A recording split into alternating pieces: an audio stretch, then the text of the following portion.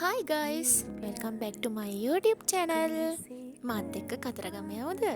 මම මේ කතරගම යන 8 වෙනි පාර. ඉතින් ඔහොම මාත් එක්ක එකතු වෙලා ඉන්න කියලා ආදරයෙන් මතක් කරන ගමන් මං කතරගම ගිය විදිහ මේ විදිහට ඔයාලත් එක්ක ෂෙයා කරගන්නම්. සාමාන්‍යයෙන් අපි කතරගම යනකොට පේ වෙලා තමයි යන්න ඕනේ. කතරගම කියන්නේ සමන් දෙවියන්ගේ අඩවිය. අර කතාවකුත් තියෙන්නේ දැන ගියොත් කතරගම නොදැන ගියොත් අතරමඟ. ඉතින් මං අද ඔයාලව අතරමං කරන්න නැතුව කතරගම එක්කන් යන්නයි හදන්නේ. අපි ගෙදරින් ආවේ 6:30 වගේ. අපි බලමු අපි කතරගම යන්න කොච්චර වෙලා යයිද කියලා. ඉතින් අපිට මේ ගමන්ට පැය 5ක් වගේ ගියා. තැන් තැන් නවත්ත කියපු නිසා එච්චර වෙලා ගියේ. උදේ ගෙදරින් ආපු නිසා මල් කඩාගෙන ආවෙත් නෑ. මොකද දවල් වෙනකොට මෙහෙට මාර්ම රස්නියක් තියෙන්නේ. ඒක නිසා මල් පර වෙන්න පුළුවන් නේ.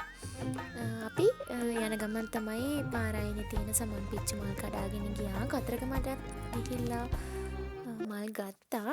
හැමදාම වගේ ඉතින් අපි කල්තර බෝධියට පන්තු දාලා තමයි කතරගම යන්න පිටත් උනේ. ඊට පස්සේ අපි ගියේ ලුණුගම්බේර බන්ට් එකට. එතනත් මාර්ම ලස්සනයි.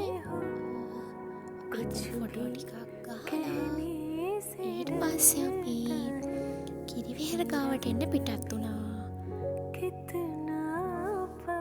කිරිවෙහෙර ගාවට ආව කියන්නේ ඉතින් අපි පළතුරු වටේ හදාගන්නත් එපේ. අපි ගෙදරින් එනකොට දෙවියන්ට පූජා කරන හැම පළතුරක් වගේම අරගෙන තමයි ආවේ. ඉතින් අපිට මෙතන පළතුරු වටේ හදාගන්න තැනක් නැති නිසා අපි ගිය වාහනවලමයි පළතුරු වටේ හදාගන්නවා. ඒත් එක්කම පොඩි පොඩි අඩුපාඩු පළතුරු වට්ටියට දාලා පළතුරු වට්ටිය ලස්සනට හදාගත්තා. ඒ විතරක් නෙවෙයි, ඔයා පූජා වට්ටියක් ගෙදරින් හදාගෙන ආවේ නැත්තම් මෙතන ඉන්නවා පාකින් එකේ කට්ටිය.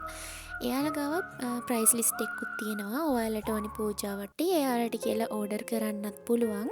එතකොට එයාලා පළතුරු වට්ටිය අපි කිරිවෙහෙර ගාවට එනකොට එතෙන්ටම ගෙනල්ලා දෙනවා.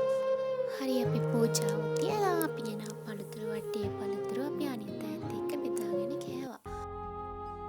ඊට පස්සේ අපි කැමතිම අවස්ථාව අපි කිරින්ද ගිහිල්ලා ගොඩාක් සතුටු වුණා. ඉතින් ඒක ඉතින් වචනින් මෙහෙමයි කියලා කියන්න අමාරුයි.